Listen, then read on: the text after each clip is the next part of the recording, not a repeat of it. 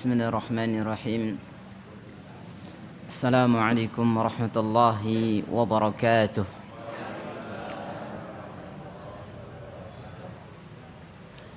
Alhamdulillahi rabbil alamin. Wassalatu wassalamu ala basyirin nadhir rahmatan lil alamin wa anzalal kitabal mubin. Man i'tasama bihi faqad hudiya ila siratin mustaqim. Amma ba'du. Alhamdulillah, Bapak Ibu jamaah sekalian yang dimuliakan Allah, pada sore di hari yang baik, dalam waktu yang baik, di tempat yang baik, Allah Subhanahu wa ta'ala menghamparkan nikmatnya untuk kita, di mana pada waktu yang baik ini Allah kumpulkan kita di tempat yang baik, yaitu di bulan Ramadan. Waktunya habis asar, ya, menanti mau berbuka, ya, dalam keadaan hujan. Masya Allah, walau hujan agak dingin Bapak Ibu, kita tetap dimudahkan oleh Allah bersama-sama belajar di tempat ini. Maka tidak ada yang pantas terucap dari lisan kita melainkan ucapan Alhamdulillah, dan meyakini di dalam hati kita nikmat apapun yang kita dapat, nikmat apapun yang kita rasakan, pasti akan kembali kepada Allah dan diminta pertanggungjawabannya. Bapak Ibu sekalian yang dimuliakan Allah, beberapa waktu yang lalu kita sekilas telah mengenal sahabat Nabi yang bernama Thalhah bin Ubaidillah.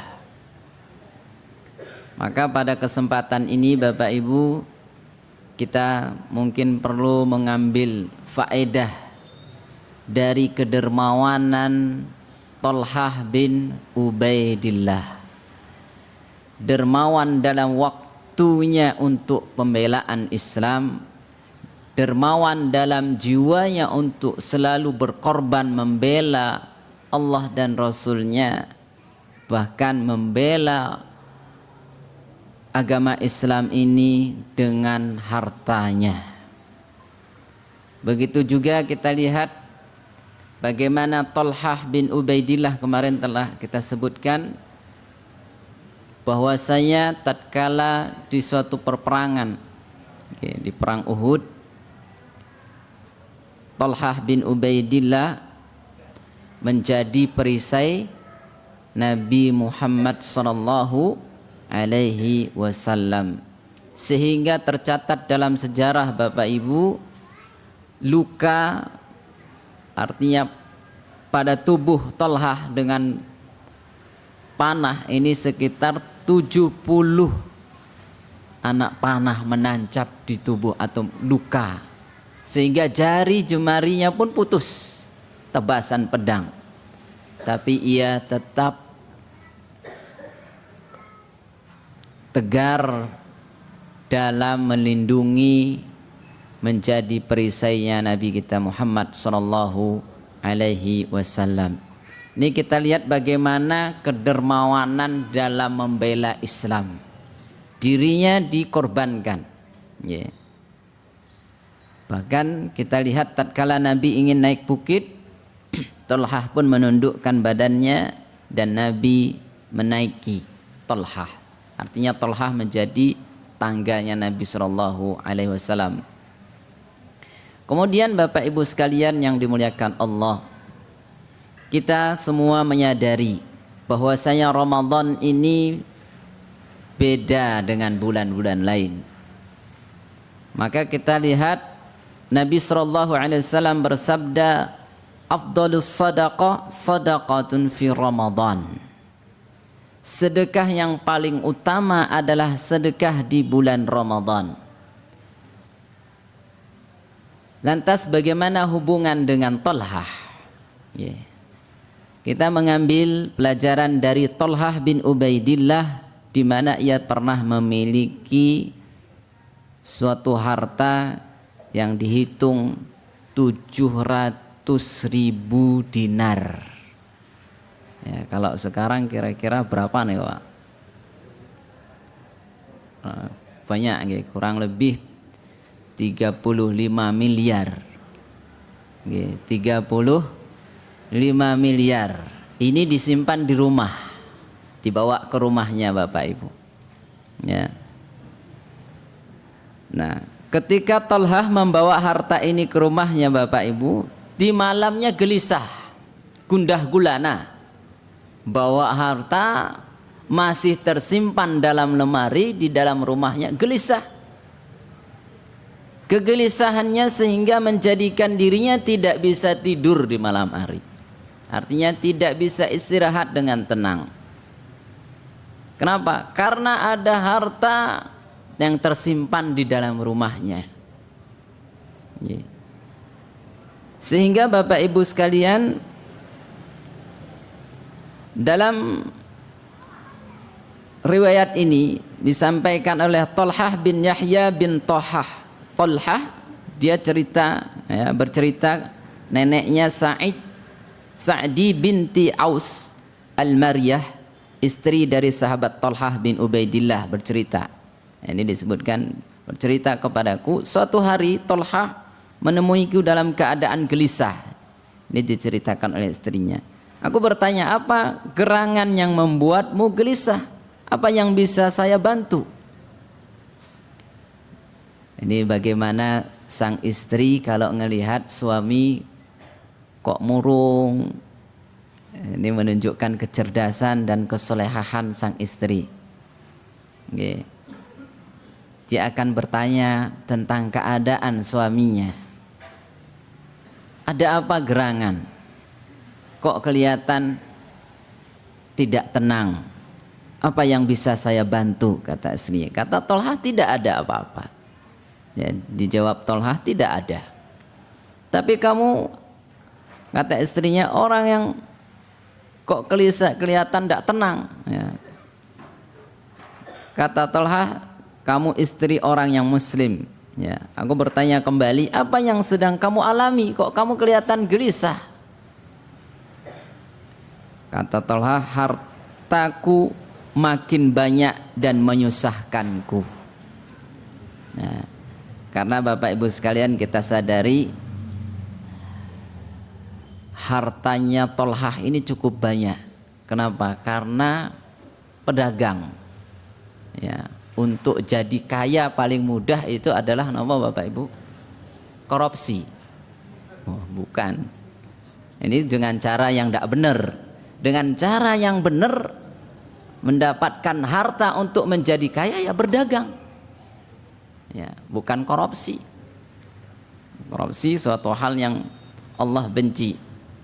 Bukan hanya manusia yang benci.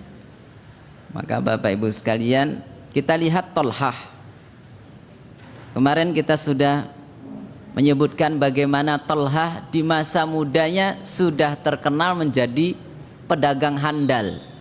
Sehingga inilah juga menjadi sebab ia mendapatkan hidayah.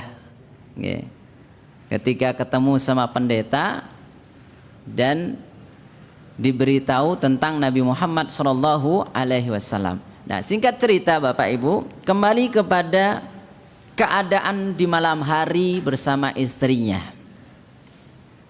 Maka Tolhah mengatakan, hartaku semakin banyak. Ya, namanya berdagang, ya untuk mendapatkan untung, artinya untuk menjadi kaya itu sangat mungkin. Maka tidaklah heran Tolhah memiliki harta yang banyak. Maka ketika ia memiliki harta dan itu disimpan di rumah, gelisah. Kemudian Bapak Ibu sekalian, apa yang dikatakan oleh istrinya? Ya, kalau bahasa kita sekarang, Mas, kalau itu yang engkau gelisahkan, itu yang engkau risaukan, yang menjadikan dirimu tidak tenang, ya sudah dibagi. Nah, ini kalau bahasa sederhananya kita demikian. Ini istrinya Tolhah. Kalau istri-istri di zaman ini gimana bapak-bapak? Eman-eman nggih Bu. Nanti saya jawab ibu-ibu. Oke. Langsung eman-eman nggih Bu nggih. Disimpan, suami bawa harta ke rumah, simpan kira-kira kalau ibu-ibu sekarang pripun Bu? Yang biasanya otaknya mampet langsung jalan gitu. Kalau ngelihat uang itu kan otak langsung mikirnya panjang gitu. Nah kok Masya Allah ujian dunia Bapak Ibu. Jadi kalau sudah berbicara tentang harta Bapak Ibu, otak langsung jalan. Bukan hanya orang yang tidak berilmu, orang berilmu pun tidak menutup kemungkinan diuji dengan itu. Artinya ustadz pun akan bisa kena. Ya, makanya ketika sudah dapatkan jabatan, diberikan harta Bapak Ibu, tidak ada yang pada dasarnya tidak tergiur. Tidak ada pada dasarnya yang tidak akan tergoda. Makanya fitnah dunia ini kalau sudah melihat harta. Mungkin kalau sekarang kita mengatakan saya tidak tergoda, tapi kalau udah di depan mata belum tentu. Belum tentu. Okay.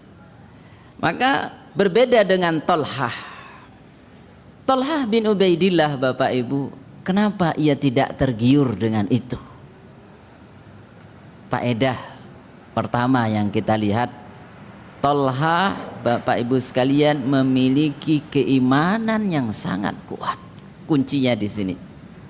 Keimanan tentang Allah, keimanan tentang Nabi Muhammad SAW. Artinya ilmu yang ia punya, yang ia pelajari, yang ia pahami adalah dunia ini hanya sebentar. Dunia ini penuh dengan jebakan-jebakan, sehingga Tolhah sadar diri ketika ada harta di rumah ia gelisah, gelisah. Dan ternyata tidak cukup hanya di Tolhah, istrinya juga ikut.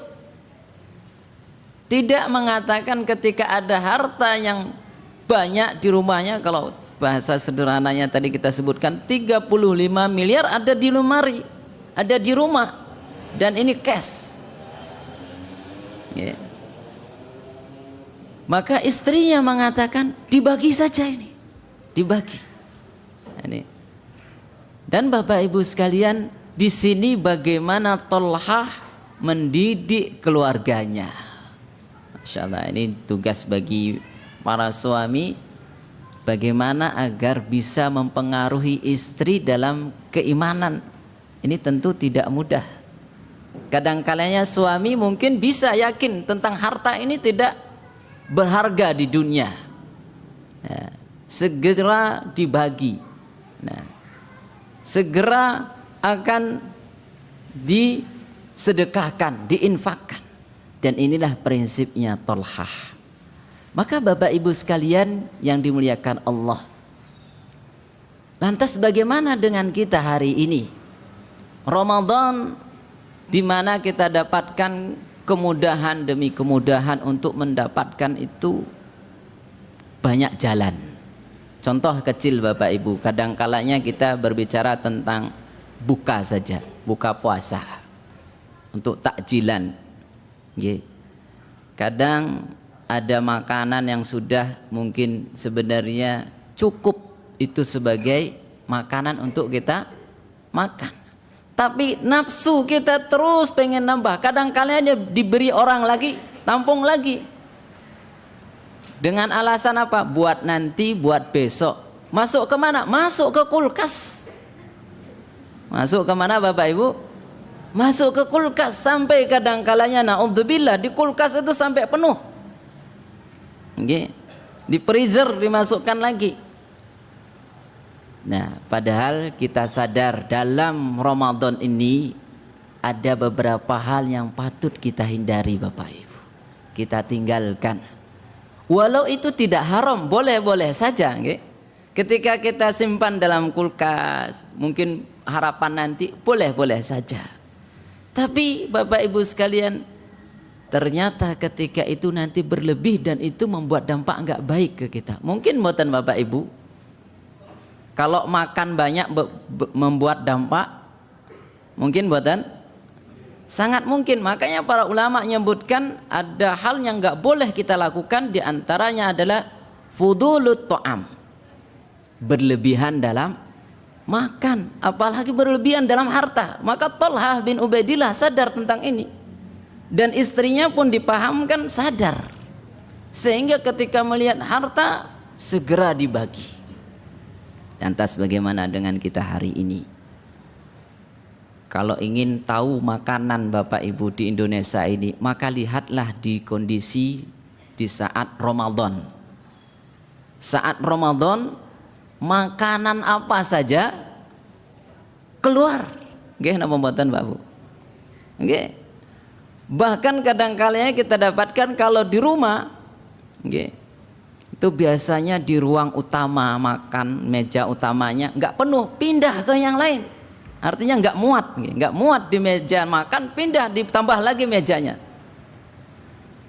Ini nafsu, ambisi, ya, syahwat yang dikedepankan. Sehingga sama ketika ada orang yang memberi kita makan juga kadang-kalanya lebih, ditampung lagi, makan hanya satu, kadang-kalanya dengan alasan juga logis, mubadir kalau enggak dimakan, akhirnya dimakan. Ketika kenyang, apa yang terjadi Bapak Ibu? Pas lagi mau tarawih, mulai reaksi. Akhirnya apa? Apa Bu? Dendam sama imam. Dendamnya sama sinten? Sama imamnya dendam. Kenapa? Salah jadi imam. Imamnya kepanjangan kalau sholat, kelamaan. Oke? Padahal yang salah sinten? Siapa yang salah Bapak Ibu? Kita. Oke, kita yang salah. Ya memang tadi niatnya baik, buka disiapin semuanya, dimakan, sudah makan, kok masih sisa? Karena tadi ada yang beri, ditolak juga eman-eman. Ya, memang kedermawanan di bulan Ramadan ini ya sangat nyata. Ya, banyak orang berebut untuk memberi sedekah. Tapi Bapak Ibu perlu tahu tentang diri kita. Dermawan berbagi untuk orang lain ini yang dianjurkan. Tapi untuk menerima untuk diri kita hendaknya dibatasi. Bisa mengontrol diri sebagaimana Thalhah bin Ubaidillah dan keluarganya. Thalhah bin Ubaidillah menerima Bapak Ibu, diberi, diterima, tapi segera dibagi lagi ke yang lain. Tidak dimasukkan ke tabungan rekening. Oke. Tidak dimasukkan. Kalau makanan sekarang kita siapkan freezer, kulkas. Maka disinilah sebenarnya Bapak Ibu di antara jawaban kenapa orang kaya itu lebih susah nanti hisapnya, ya karena itu tadi punya simpanan. Tapi kalau orang miskin nggak punya freezer, nggak punya kulkas, kalau ada makannya ya sudah. Tapi resikonya tadi kalimatnya apa? Anti mubadir, akhirnya dimakan. Oke. Ini yang kadang saya lihat para santri-santri juga demikian, sering kami ingatkan. Kadang-kalanya ada orang memberi, diterima, akhirnya numpuk makanan itu. Nah, ngelihat banyak, setelah sholat maghrib, sebelum sholat maghrib tentunya kan buka, setelah sholat maghrib makan lagi, nanti setelah maghrib selesai kemudian tarawih, ya. Kalau perlu, kalau bisa sebelum tarawih makan, nanti setelah tarawih makan lagi. Wah, ini double. Ini yang membuat rusak. Bapak Ibu sekalian, kadang-kalanya kita sudah niat, ya, nanti kalau setelah tarawih saya akan nopo tadarus. Mungkin hari ini saya akan baca 5 juz baru keluar dari masjid. Nonton, ya. 5 juz baru keluar dari masjid. Ini niatnya sudah bagus napa mboten? Bagus. Nggih. Sudah baik. Tadi juga makannya niatnya bagus napa mboten? Bagus, anti mubadir. Nggih. Alasan tadi napa? Mubadir, dihabisin Kemudian target malamnya setelah tarawih pun bagus. Ternyata Bapak Ibu pas sholat tarawih saja sudah berubah niat. Awalnya ikhlas, pengen dengerin imam, tapi lama-lama keikhlasan mulai berkurang. Setelah sholat tarawih baru ngaji sebentar, sudah godaannya tidak karuan. Harus pulang. Dengan alasan lagi besok bangun sahur. Kalau ini nanti dipaksakan repot. Akhirnya pulang. Pulang ketiduran Bapak Ibu karena terlalu banyak makan tadi. Kadang-kalanya bablas sampai imsak, dari masjid mengumumkan imsak baru kedengar kelabakan bangun. Dan kadang-kalanya naudzubillah tidak sempat sahur. Dampaknya dari mana Bapak Ibu? Suka berlebihan. Makanya kata para ulama, dihindarilah di bulan Ramadan ini fudulut ta'am, berlebihan dalam makan. Nah, maka Talha tadi Bapak Ibu sadar ini. Apalagi dengan harta ketika cukup untuk dirinya, untuk keluarganya, maka ia gelisah. Kalau kita Bapak Ibu kira-kira punya simpanan di rekening, kebutuhan sudah semua, urusan anak beres, keluarga selesai semua, tapi masih punya tabungan, kira-kira gelisah nopo tenang Mbak Bu? Tenang, karena mikirnya untuk bulan besok masih punya tabungan. Nah, di sini Bapak Ibu sekalian, bagaimana Talhah bin Ubaidillah dalam pandangannya bukan untuk di dunia tapi untuk akhirat. Sehingga ia meyakini dunia ini tidaklah kekal dan akhirat harus punya bekal. Dan istrinya yakin juga tentang itu. Sehingga loyal tentang sedekah. Memang jor-joran tentang berbagi.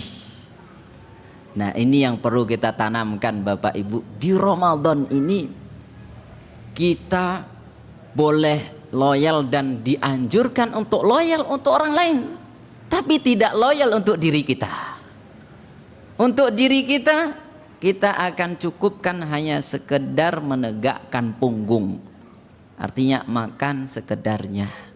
Tidak semua makanan itu kita makan. Loh, kalau nanti semua makanan, semua minuman kita minum, nah bahaya untuk kesehatan, bahaya untuk iman. Yang lebih parah lagi untuk iman. Kalau kesehatan mungkin tidak terlalu masalah, sakit di dunia cuma sebentar, tapi sakitnya di akhirat lama. Maka tidak ada ujungnya Bapak Ibu kalau untuk akhirat. Tapi di dunia ini seberat apapun ujian kita, pasti nanti akan ada selesai. Maka Bapak Ibu sekalian, kita ingat dalam satu hadis Nabi SAW mengatakan, di mana hadis ini dibawakan oleh Abu Hurairah. Nabi mengatakan, kullu ummatin yadkhulunal jannah. Semua umatku itu masuk surga. Kabar gembira napa mboten Bapak Ibu? Kabar gembira, semua umatnya masuk surga. Kemudian Nabi katakan, illa man aba, kecuali orang yang enggan. Loh, mendengar kalimat ini Bapak Ibu, sahabat ada kerancuan sehingga mereka bertanya kepada Nabi, qalu wa man ya'ba ya Rasulullah. Nabi mengatakan, Rasul, apa ada orang yang enggan masuk surga? Kata Nabi SAW, wa man ata'ani dakhalal jannah wa man asani faqad aba. Nabi mengatakan, siapa yang taat kepadaku masuk surga, dan siapa yang ingkar kepadaku tidak mengikuti prinsipnya Nabi Shallallahu Alaihi Wasallam, maka merekalah orang yang abah, orang yang enggan masuk surga. Nah, kembali ke Thalhah Bapak Ibu. Thalhah bin Ubaidillah yang mana prinsip yang ia lakukan seperti Nabi Shallallahu Alaihi Wasallam. Nabi Shallallahu Alaihi Wasallam kalau makan tidak pernah makan sendiri. Dan kita bisa lihat begitu banyak riwayat yang menyebutkan Nabi Shallallahu Alaihi Wasallam tidak meninggalkan harta. Ketika ada di rumah bekal, bagi. Sampai ada satu riwayat menyebutkan Ibunda Aisyah radhiyallahu anha pernah hanya memiliki satu butir kurma, datang yang minta bawa anaknya, maka yang satu ini pun dikasihkan ke orang yang minta tadi. Orang yang minta ini pun dari satu kurma dibagi buat anaknya setengah, buat dirinya setengah. Dan ada sebagian riwayat juga mengatakan Bapak Ibu, sampai ada beberapa hari rumah Nabi itu tidak nyala api dapurnya. Artinya memang tidak punya bekal. Nah, inilah yang dijadikan Thalhah bin Ubaidillah sebagai standar kehidupannya, bukan untuk dunianya.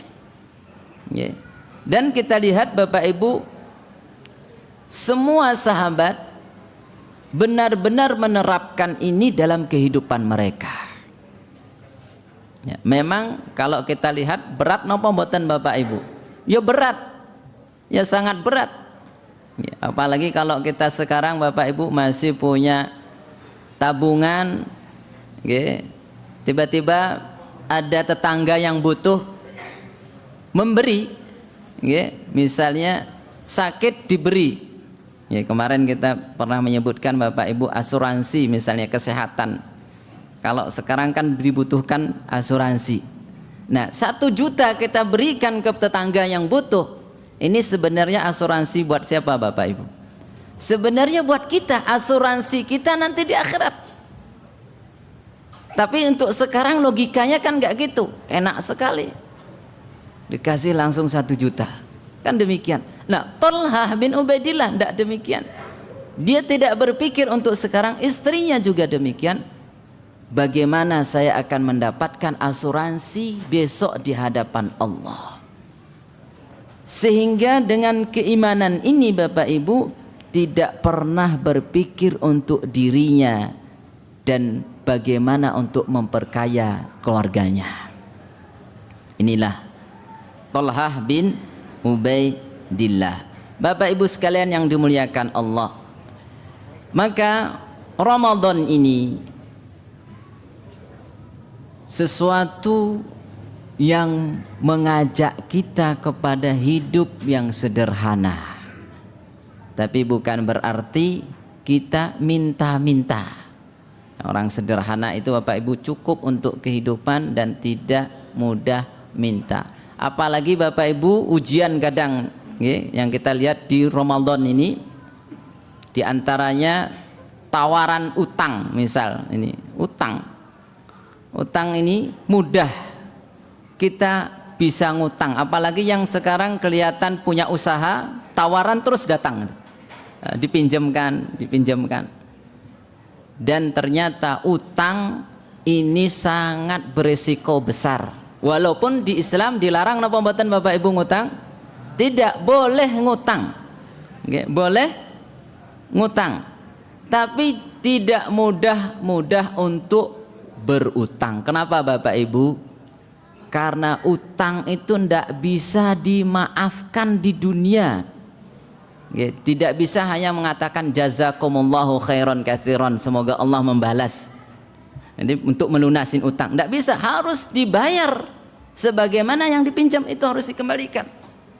Kecuali ada keridhaan dari yang meminjamkan. Kalau kita yang ridho tidak bisa. Dan tidak ada tebusan Bapak Ibu sekalian utang kecuali harus dibayar sampai ke akhirat. Maka Ramadan ini kadang-kalanya banyak tawaran itu. Ini perlu kita sampaikan kepada keluarga kita. Mending kita menahan hari ini tidak makan ketimbang kita akan mengutang. Karena pada dasarnya Bapak Ibu, manusia itu kuat tidak makan apa-apa kira-kira berapa hari Bapak Ibu? Pinten Pak? 3 hari itu insya Allah kuat. Tidak makan apa-apa itu insya Allah masih kuat. Maka para sahabat dahulu mereka bertahan untuk itu. Mereka tidak akan mudah utang. Makanya sampai di dalam Al-Quran Bapak Ibu, satu ayat yang panjang berkenaan tentang utang. Ini kadang ujian buat kita di Ramadan, berpikir besok buka apa, anak apa, kemudian lebaran. Kadang-kalanya sampai kadang-kalanya di sebagian tempat daerah Bapak Ibu gemar ketika apalagi nanti berdekatan dengan lebaran, ngutang buat kue, ngutang buat sendal, ngutang buat baju, ngutang motor, ngutang mobil, ngutang rumah, ngutang istri juga ngutang. Kenapa? Istrinya pas pernikahan juga kredit. Ini bisa dibayangkan buatan Bapak Ibu bagaimana sengsaranya hidup. Semua utang. Di dunia susah, di akhirat susah, nggak akan masuk surga. Karena Nabi pernah melakukan Bapak Ibu ingin menyalatkan jenazah. Nabi bertanya, apakah jenazah ini memiliki utang? Kata sahabat, ada 2 dinar. Kata Nabi, bayarkan. Nabi tidak mau nyolatin. Dan Nabi juga menyebutkan dalam satu hadis, semua kesalahan itu bisa diampuni kecuali utang. Maka bulan Ramadan ini bulan ampunan. Utang itu tidak diampuni kecuali harus dibayar. Maka Bapak Ibu sekalian, karena waktu kita sangat singkat, faedah dari Tolhah ini menunjukkan kehidupan yang harus tegar, tidak mudah atau tidak cengeng. Dalam kesulitan sekejap di dunia ini kita mudah-mudah mengutang atau juga menumpuk harta. Kenapa utang? Boleh ngutang, boleh kalau utang kita berani bertanggung jawab. Inilah yang dianjurkan dalam Islam Bapak Ibu. Realita dalam utang, kembali sedikit kami singgung, kadang-kalanya orang mau minjam itu melas, gimana buatan Pak Bu. Tapi pas masuk masa tempo, kira-kira pribun, melas lagi, enggak, malah kadang-kalanya ngomong sama temannya, engkau enggak percaya sama saya akan bayar. Prinsip seorang muslim ketika ia memang betul-betul butuh dan memang sangat membutuhkan, dibolehkan ngutang, dan kiranya dia tidak mampu untuk membayarnya, maka sebelum masa tempo jatuh, kira-kira dia sudah berusaha memaksimalkan tapi ternyata tidak membuahkan hasil, ia hendaknya segera mendatangi yang memberikan utang dan ia katakan dengan gentleman, saya belum bisa membayar. Dan orang yang mengutangi pun dianjurkan di dalam Islam untuk memberikan tangguhan, artinya mengulur waktunya kembali. Ini dalam Islam. Dan lebih baik lagi di dalam Islam yang memberikan utang ketika orang ini tadi benar-benar jujur dan ia memang tidak mampu, yang mengutangi akan menghapuskan, artinya menganggap lunas utangnya. Ini prinsip di dalam Islam tentang utang. Jadi kita tidak mudah untuk berutang. Kenapa? Karena memang merusak. Kalau tadi makan merusak, menumpuk harta merusak, utang pun ngerusak hubungan yang akrab bisa jadi retak. Hubungan jadi baik bisa berubah jadi tidak baik. Dampak dari utang. Maka Bapak Ibu sekalian yang dimuliakan Allah, karena waktu berbuka hanya tinggal beberapa menit, pinten Pak? 5 menit? 5. Napa sampun? 2 menit. Saya kira cukup Bapak Ibu faedah yang kita ambil dari kisah Tolhah bin Ubaidillah yang hidupnya sederhana walau pada dasarnya ia memiliki kekayaan yang melimpah. tapi harta itu ia gunakan untuk kehidupan akhirat bersama keluarganya. Maka prinsip inilah yang perlu kita tanamkan untuk diri kita, keluarga kita, sahabat kita. Karena memang hidup di dunia hanya sementara. Kullu man 'alaiha fan. Kata Allah, setiap apapun yang di bumi ini pasti nanti akan ada endingnya, artinya binasa. Bapak Ibu sekalian yang dimuliakan Allah, kembali kami ingatkan di momentum baik, jangan dilupakan di antara waktu terbaik doa adalah di saat nanti kita berbuka. Sebelum berbuka usahakan doa. Kemudian setelah minum doa. Tatkala adzan Bapak Ibu doa. Setelah adzan doa. Di saat adzan kita jawab, dengarkan adzan. Kadang-kalanya di sini banyak kita lupa, sering kita ikut kajian, tapi sering kita lalai di momentum yang baik ini. Kita kadang-kalanya mohon maaf sibuk dengan makan kita, sibuk urusan lain, kita lupa menyisipkan doa. Maka doa tidak perlu panjang-panjang, tapi langsung mengkerucut kepada hal yang kita butuhkan. Apa kira-kira yang kita butuhkan? Terutama Bapak Ibu, minta ampunan kepada Allah, minta dibebaskan dari api neraka. Allahumma atik riqabana wa riqaba abaina wa ummahatina minan nar. Ini hendaknya selalu kita baca di saat tatkala di mana kita berbuka puasa. Demikian Bapak Ibu sekalian yang dapat kami sampaikan. Semoga Allah menghapuskan dosa kita dan juga menghapuskan daftar nama kita dan daftar nama kedua orang tua kita dari daftar api neraka. Wa sallallahu ala nabiyyina Muhammadin wa ala alihi wasallam. Wa akhiru da'wana alhamdulillahi rabbil alamin. Subhanakallahumma bihamdik asyhadu an la ilaha illa anta astaghfiruka wa atubu ilaik. Wa billahi taufiq hidayah. Wassalamu alaikum warahmatullahi wabarakatuh.